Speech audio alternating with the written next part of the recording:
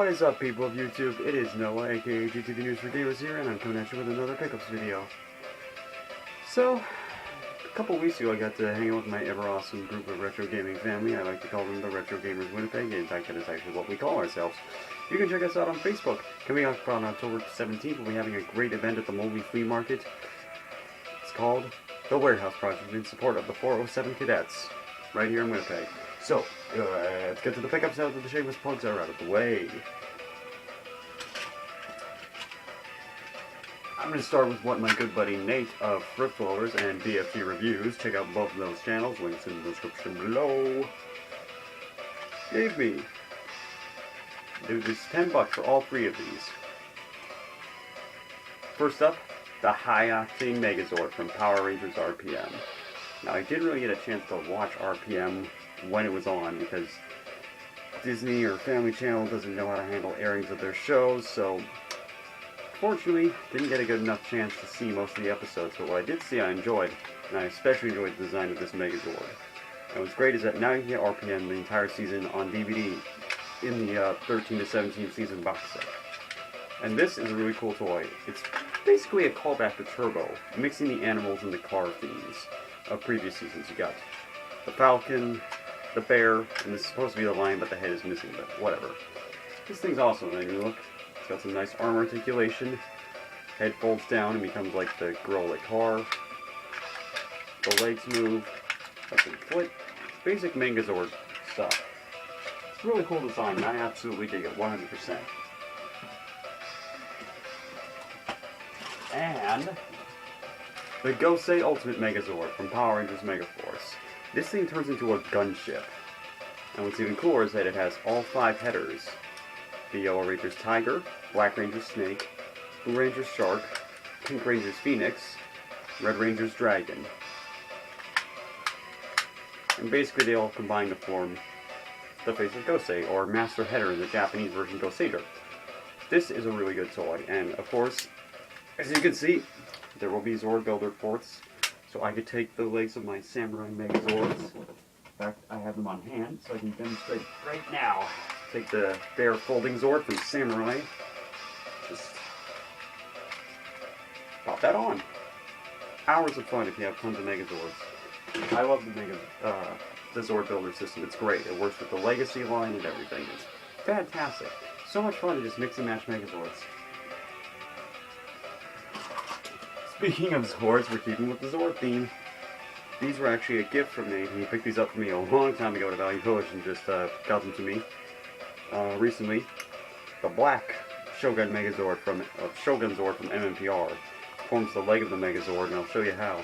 Poor Tony and Bosch. Adam, what's wrong? I'm a frog. Yeah, you may be a frog, but you're also the Black Ranger, and you're awesome because of it. It forms basically a Dalek. As a Doctor Who fan, as a Power Rangers fan, that just brings joy to both sides for me. Well, there's more sides to me than that, but that's another topic for another day. And of course, Rocky Shogun Zord, the Ape Shogun Zord. The red one. Of course, it flips off to form the chest piece of the Shogun Megazord. S for Shogun. I even like how it looks like a lightning bolt. I don't know if that was in the Japanese Kaku Ranger version, but whatever. Very cool. The stickers are all in perfect condition. Very happy to have those. Also a gift from him. This is gold Beetleborg figure in Beetleborgs Metallics. I loved Beetleborgs as a kid. I still have all my old Beetleborg toys.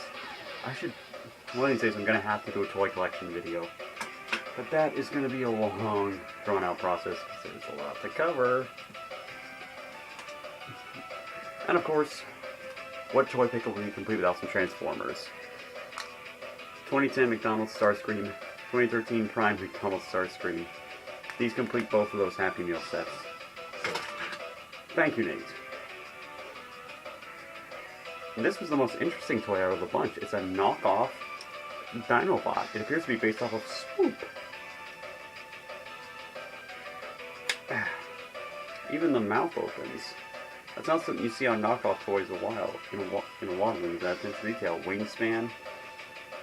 Butt missile. Good articulation.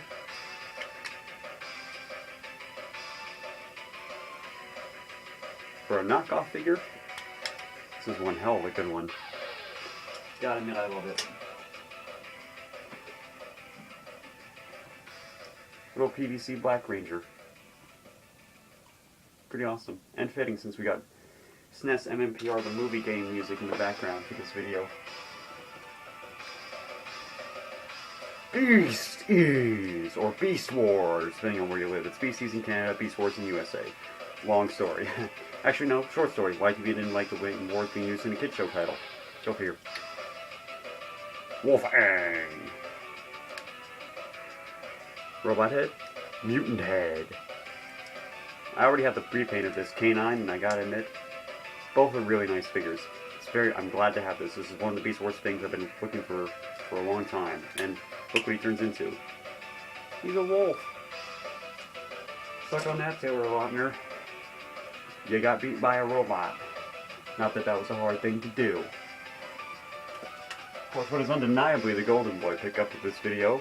Also, it was part of that 10 for 3 Megazord bundle. It is Ninja from Mighty Morphin Power Rangers.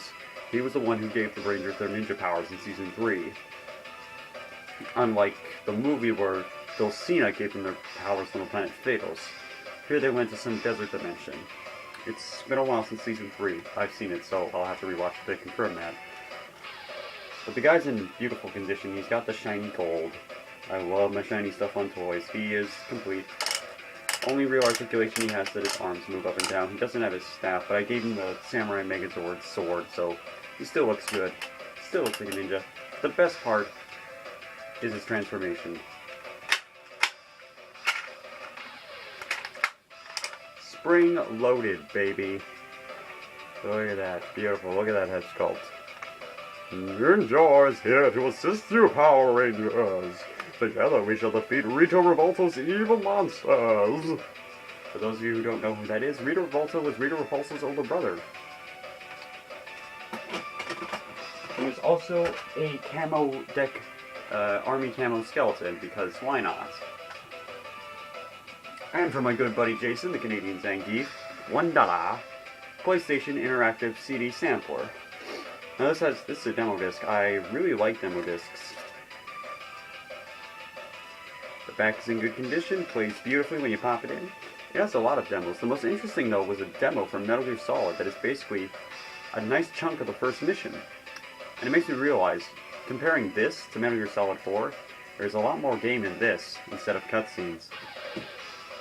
So pretty enjoyable. Amazing how things progress or degress. I'm not sure which is the word, depends on how you look at it. If you prefer cinematic gameplay or action-y gameplay. And for $10, Yoshi for the NES. It's a very interesting public game that I never got a chance to try, and it is not to be confused with Yoshi's Cookie, which is another Yoshi public game on the NES. This one came out in 1992, very late into the system's life.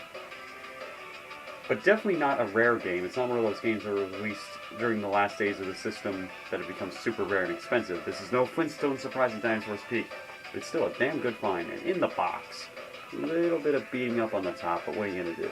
It's still awesome to have this in the box. That makes three boxed NES games.